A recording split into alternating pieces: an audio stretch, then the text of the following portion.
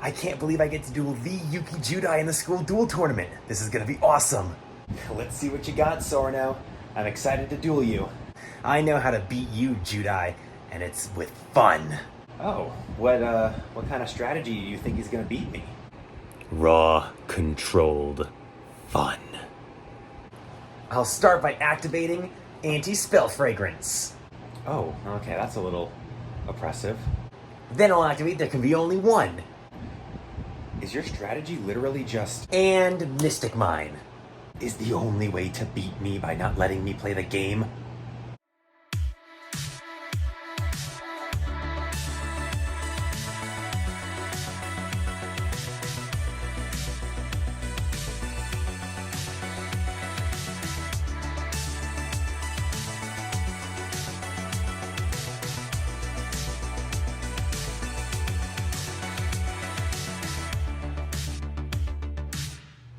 Hey guys, it's Cole from TCG Cardcast, and today I'm bringing you my 40-card Daigo Sorano deck profile. Let's get into it.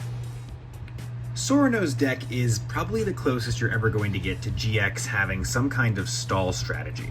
His entire deck revolves around pretty much just saying your opponent can't, while also putting a really big dragon on the board in the form of Horus, and it's just such an oppressive strategy that it's almost unfair to duel against sometimes. This deck takes the deck that Misawa built in order to stop Judai in Season 1 to a whole new level in terms of, I built this deck to simply stop Jaden, and it's pretty funny, honestly.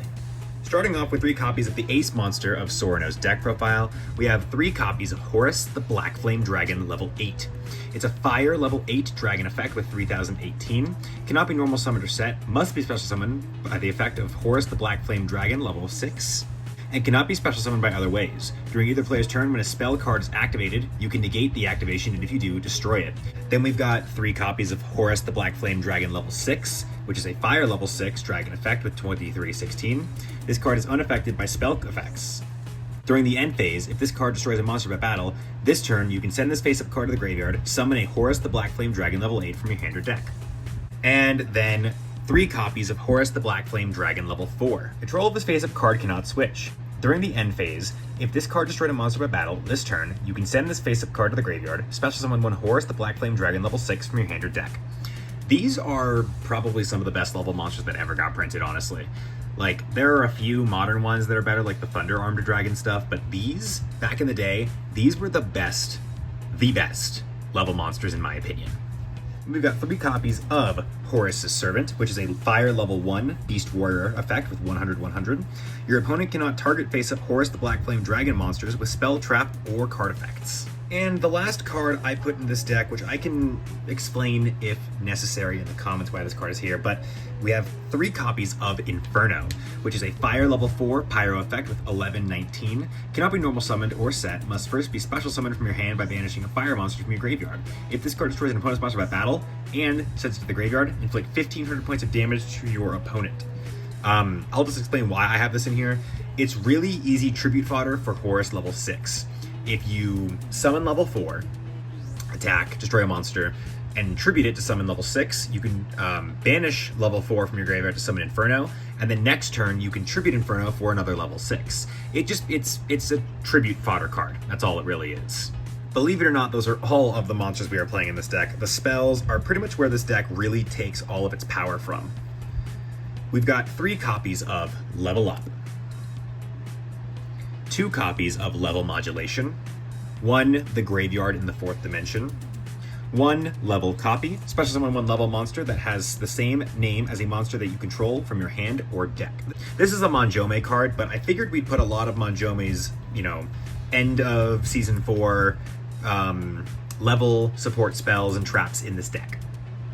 A copy of Level Down, you never know when you might need it. A Burial from a Different Dimension, a Premature Burial, a Sealer Formation. It's a continuous spell. During your draw phase, you can add 1 seal card from your graveyard to your hand instead of conducting a normal draw. Now, in the duel, Sorano never actually plays any cards that have the word seal in their name, but I have a few cards that I think he could have used because they kind of match his whole lockdown, stall, stun strategy pretty well, so we'll get to those in a moment. Then just a Magical Stone Excavation. He plays a block attack and a stop defense.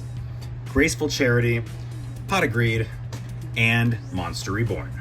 On to the trap cards, we have one copy of Level Soul. Tribute one monster and remove from play one level monster from your graveyard. Special summon one monster from your deck that is written on the card text of the removed monster, ignoring its summoning conditions. Level Bond. Remove from play two level monsters with the same name from your graveyard. Your opponent draws two cards. Special summon one level monster from your deck with the same name as the removed monsters, ignoring its summoning conditions. That monster's effects are negated, and it cannot attack this turn. Then we got a copy of Royal Decree, a Spell Shield type 8, a Negate Attack, and then we have the cards that I believe Sorano probably had in their deck to use with Seal Formation.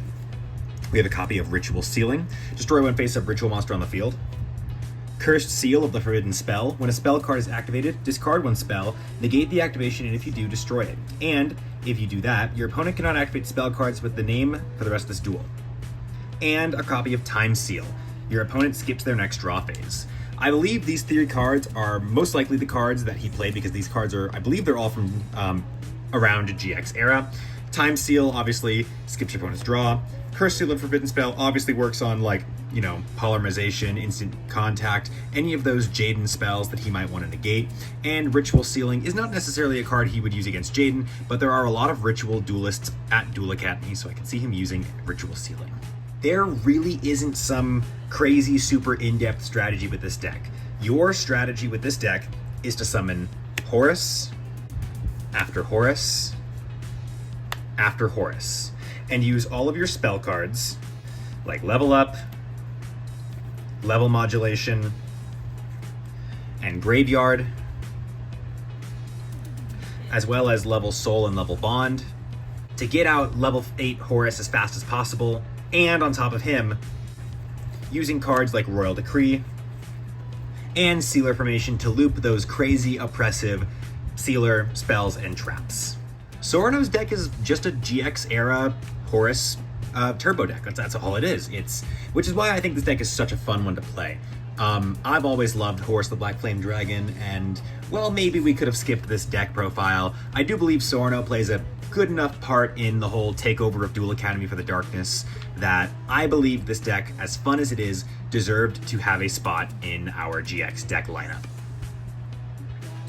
And the deck is pretty easy to make in real life. In fact, the only cards I think that are like fictional anime exclusive cards is like Sealer Formation. So you could make this whole deck in person, and I believe it would actually be super cheap because I don't think anything in this deck has actually ever been too super crazy expensive. But that was my 40 card Daigo Sorano deck profile. If you guys enjoyed it, hit the button in the center of the screen to subscribe on the spot. Go down into the comment section to tell me what you guys want to see next. And go down into the description, check out the link to our Discord and the link to the other character deck profiles. This has been Cole from TCG Cardcast. Peace out, guys.